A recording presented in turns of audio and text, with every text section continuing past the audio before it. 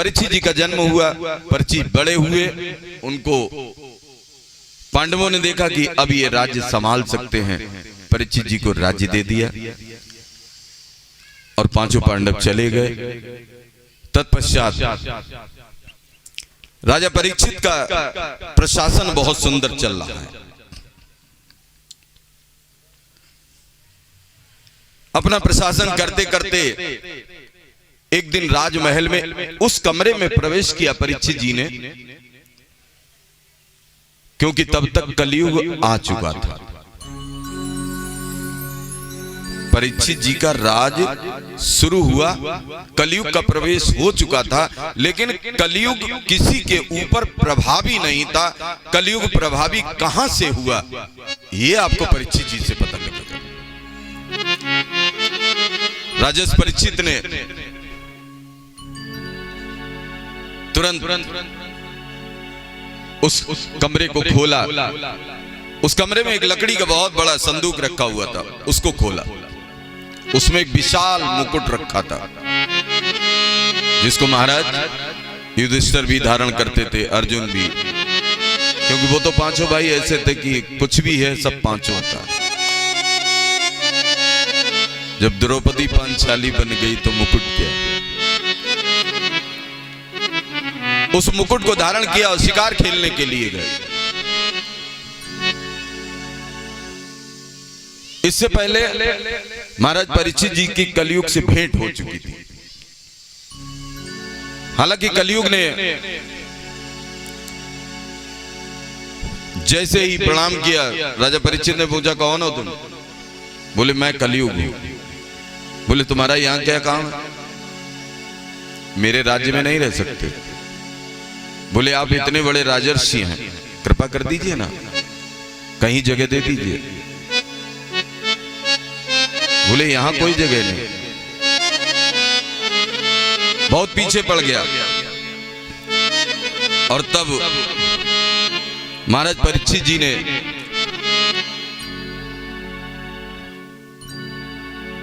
चार जगह दी।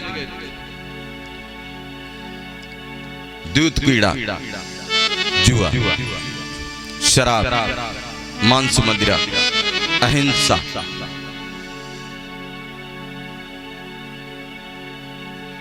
अहिंसा नहीं, हिंसा। कलयुग ने कहा महाराज ये तो चारों बुरी चीजें हैं, आप कोई अच्छा स्थान दे दीजिए। और महाराज परीक्षित जी उस दिन वो स्वर्ण मुकुट पहने हुए थे, झोंक में कह गए कि जाओ तुम्हारा स्वर्ण में वास हो। बस वहीं से कलयुग मुकुट के रास्ते राजा परीक्षित जी के हृदय में उतर गया, कलयुग के वास स्वर्ण के द्वारा। जबकि स्वर्ण का वास, स्वर्ण में कलयुग का वास नहीं है, लेकिन अधर्म से कमाया हुआ स्वर्ण है, उसमें कलयुग का वास है। यह ध्यान रखना, जिसके पास सुवर्ण ईमानदारी का, मेहनत का कमाया हुआ है, उसमें कभी कलयुग का वास नहीं हो सकता। लेकिन जो अधर्म से कमाया हुआ है, उसमें कलयुग का वास अवश्य होगा।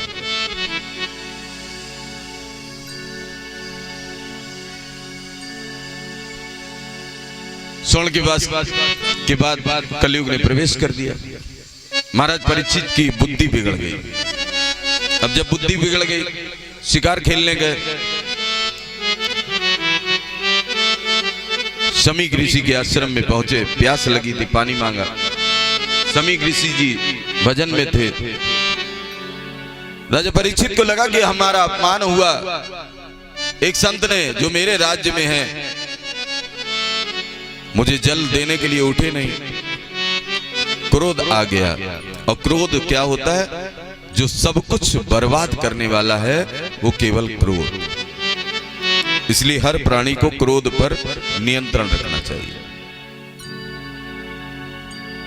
और आज इस कलयुग का तो इतना बड़ा प्रभाव है कि मैं देखता हूं 70% घरों में पुरुष को क्रोध कम है, माताओं बहनों को ज्यादा।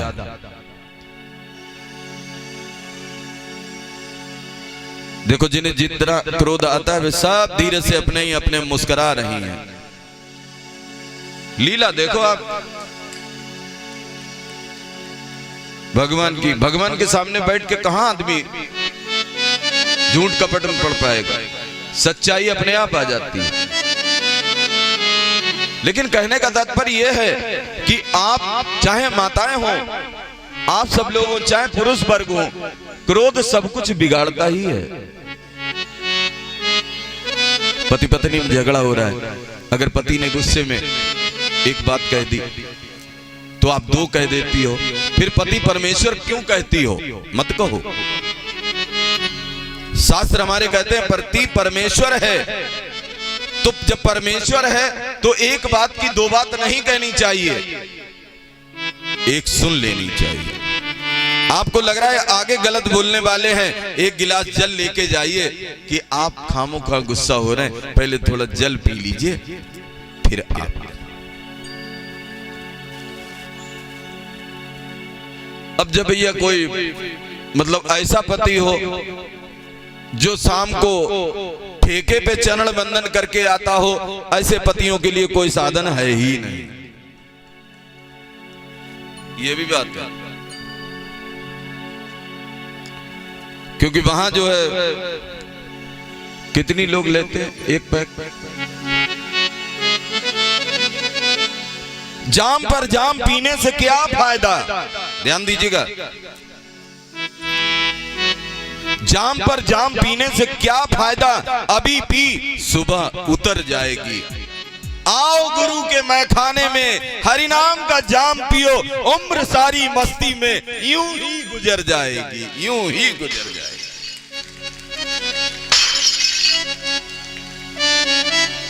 गुरु के मैखाने में बैठ के हरिनाम का जाम पियो, ये अंगूर की मदिरा ये कुछ नहीं, जीवन बर्बाद कर रही है लोगों का।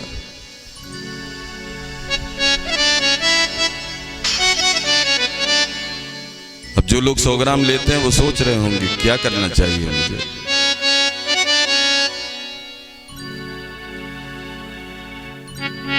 परीक्षित जी को श्राप लगा कि संत ने मुझे जल नहीं दिया। एक मरा हुआ सांप पड़ा था, तरकस से तीर निकाला, तीर की नोक में भेदन किया, उनके गले में डाल दिया, चले गए। क्रोध, चले गए। शमीक ऋषि का पुत्र श्रृंगी ऋषि आया, उनसे भी ज्यादा तपस्वी है। उनके और शिष्यों ने सूचना दी कि राजर्षि परीक्षित आए थे, उन्होंने आपके पिता के गले में सांप डाल दिया, मरा हुआ। श्रृंगी ऋषि ने क्या किया? उन्हें और ज्यादा क्रोध आ गया। उन्होंने लिया हाथ में जल, संकल्प पड़ा और संकल्प पढ़ के फेंक दिया। जिस राजा ने मेरे पिता के गले में मरा हुआ सर्प डाला है, आज से लेकर सप्तम दिवस में उसकी मृत्यु हो जाएगी। श्राप दे दिया, राजा परीक्षित को श्राप मिला। लेकिन जो दयावान होता है वो अपना कर्म करता है। शमीक ऋषि की जब समाधि भंग हुई, उन्हें पता लगा कि मेरे पुत्र ने राजर्षि परीक्षित को श्राप दे दिया। अपने पुत्र को बुलाया, बेटा तुमने ये क्या कर डाला? ऐसे राजा के राज्य में हम लोग रह रहे हैं जहां नदी के घाट पर, एक ही घाट पर गौ और सिंह पानी पीता है, कोई भेद नहीं है।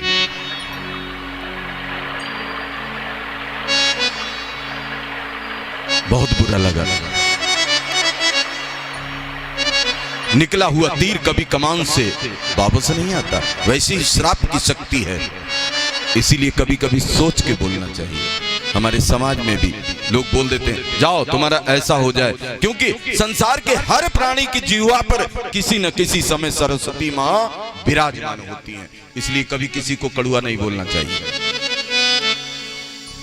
अगर आप ने गुस्से में किसी को कुछ भी बोल दिया, उसका अहित हो गया, लेकिन उसका परिणाम तो आपको भी भोगना पड़ेगा, ये निश्चित है। आप बच नहीं सकते। जीवन में विनम्रता होना चाहिए। विनम्र होकर जितना जियोगे उतना ही आनंदित रहोगे, संतुलित रहोगे। और ये सब है क्या? हमारे समाज में इतनी विकृति जो आ रही है वो केवल एक खान पान की वजह से। मैं देखता हूं घरों में सब्जी बनती है, आलू 2 होते हैं, प्याज 4 होते हैं, लहसुन 6 होते हैं। क्या होगा? कितना तामस घुस गया। लहसुन में कितना तामस है, प्याज में कितना तामस है। कोई भागवत का वक्ता आपको बताएगा नहीं। ये तो मेरे कृष्ण की कृपा है जो आपको ये सब मिल रहा है। प्याज खाना बुरी बात नहीं है, लहसुन खाना बुरी बात नहीं है, लेकिन एक लिमिटेशन होना चाहिए। लेकिन मैं घरों में देखता हूं आलू 2 हैं। बताइए क्या ये मेरी बात गलत है? आलू से ज्यादा प्याज नहीं डालते हैं लोग। मेरी बात गलत रख लेगी आप कमेंट करिए कि नहीं महाराज जी ऐसा नहीं होता है। हम केवल एक लहसुन की पुतिया डालते हैं और चौथाई प्याज डालते हैं केवल। कौन ऐसा करता है? हाथ उठाए। इस तामसी भोजन की ही वजह से घरों में इतनी, चाहे पति हो, पत्नी हो, बच्चे हो, बेटियां हो, सबके हृदय में इतना तामस आता जा रहा है कि कोई किसी से विनम्रता से, प्रियता से बात ही नहीं करता।